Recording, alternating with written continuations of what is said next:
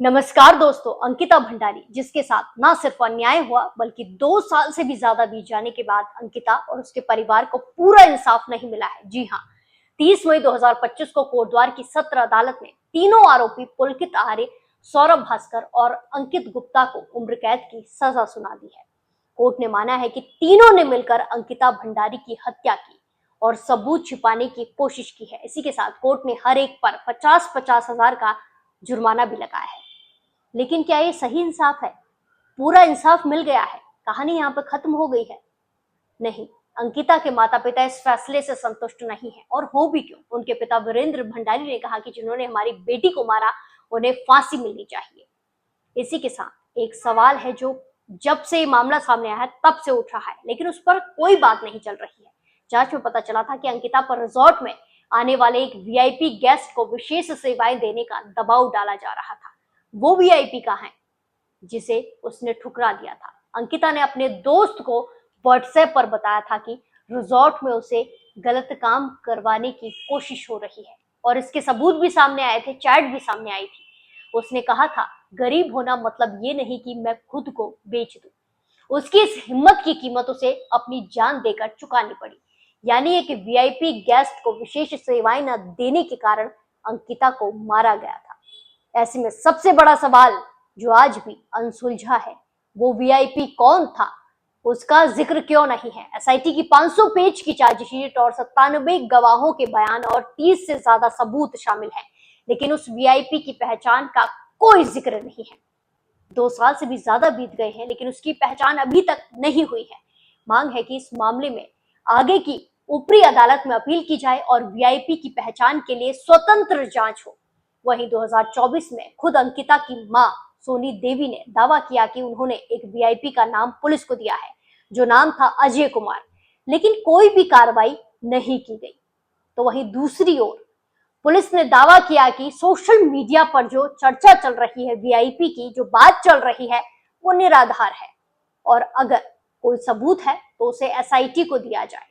लेकिन आज तक अंकिता का मोबाइल, सीसीटीवी फुटेज और कई सारे सबूत हैं जो गायब हैं, लापता हैं, जो कई सारे सवाल खड़े करते हैं। इससे शक और ज्यादा गहरा हो जाता है कि कहीं सत्ता के दबाव में सच को छुपाया तो नहीं जा रहा है। ऐसे में कई सवाल अनसुलझे हैं, कई सारे और भी सवाल हैं। रिजॉर्ट का सीसीटीवी फुटेज, आरोपियों के फोन क्यों गायब हैं? हत्या के अगले दिन ही रिजॉर्ट को बीजेपी विधायक रेणु बिष्ट के आदेश पर क्यों तोड़ा गया? आग लगाने की कोशिश की गई। वहीं अंकिता के माता पिता और पत्रकार आशुतोष नेगी ने सीबीआई जांच की मांग की थी, लेकिन दिसंबर 2022 में उत्तराखंड हाई कोर्ट ने इसे खारिज कर दिया था। इसके अलावा भी कई सारी बातें हैं। आशुतोष नेगी को 2024 में गिरफ्तार कर लिया गया था, जिसे कई लोगों ने इंसाफ की आवाज को दबाने की कोशिश बताया था। ऐसे ही कई और सवाल हैं। क्या प्रभावशाली लोगों के शामिल होने की वजह से जांच को दबाया जा रहा है? क्यों बार बार पब्लिक प्रोसिक्यूटर बदले गए और परिवार को सुनवाई की जानकारी तक नहीं दी गई? ऐसा क्यों किया गया? क्या सरकार और पुलिस ने वाकई निष्पक्ष जांच की है, या सिर्फ दिखावे के लिए ये कदम उठाए गए हैं? अंकिता के माता पिता का कहना है कि हमारी बेटी ने अपनी इज्जत के लिए लड़ाई लड़ी, लेकिन आज हमारी लड़ाई इंसाफ के लिए है। उन्हें इंसाफ चाहिए। वो आज भी संतुष्ट नहीं है। अंकिता का परिवार और विपक्षी दल सीबीआई जांच की मांग कर रहे हैं। पूरा उत्तराखंड इसकी मांग कर रहा है, ताकि वीआईपी की पहचान हो सके और सारे सवालों के जवाब मिले।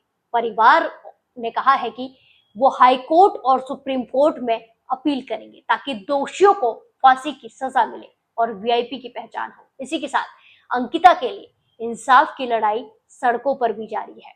ऐसे में अगर कोई नया सबूत सामने आता है, जैसे अंकिता का मोबाइल या सीसीटीवी फुटेज या कुछ और, तो ये मामला फिर से खुल सकता है। लेकिन क्या सरकार इसकी इजाजत देगी? और ये लड़ाई अभी खत्म नहीं हुई है। आरोपी पक्ष भी कोर्ट के फैसले को ऊपरी अदालत में चुनौती दे सकता है, जिसके बाद ये मामला और आगे बढ़ेगा। कई सारी मोड़ इसमें आएंगे, जिसके बाद और कई सारी चीजें सामने आएंगी। अंकिता का मामला सिर्फ एक परिवार की कहानी नहीं, बल्कि ये उस हर लड़की की कहानी है जो अपने आत्मसम्मान के लिए लड़ती है, ये मामला सिर्फ अंकिता की हत्या का नहीं बल्कि सत्ता, प्रभाव और महिलाओं की सुरक्षा का है। अंकिता भंडारी का मामला हम सभी को सोचने पर मजबूर करता है, क्या हमारी बहन बेटियां सुरक्षित हैं?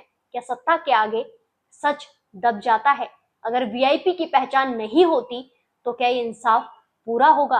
अंकिता भंडारी को सच्चा इंसाफ तब मिलेगा जब सारे दोषी सजा पाएंगे, वो वीआईपी भी, जिसके लिए अंकिता पर दबाव डाला जा रहा था। इस वीडियो को लाइक करें, शेयर करें। नमस्कार।